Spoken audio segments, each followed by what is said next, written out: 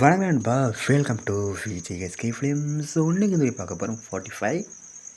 இந்த படத்துக்கான ஓடிடி பார்த்தோன்னா அப்படி பார்த்தா நாம் வந்து பார்க்க போகிறோம். ஸோ அப்படி பார்க்குறது முடியும். நம்ம ஃபஸ்ட் டைம் பார்த்தீங்கன்னா நம்ம சேனலை சப்ஸ்கிரைப் பண்ணிக்கோங்க.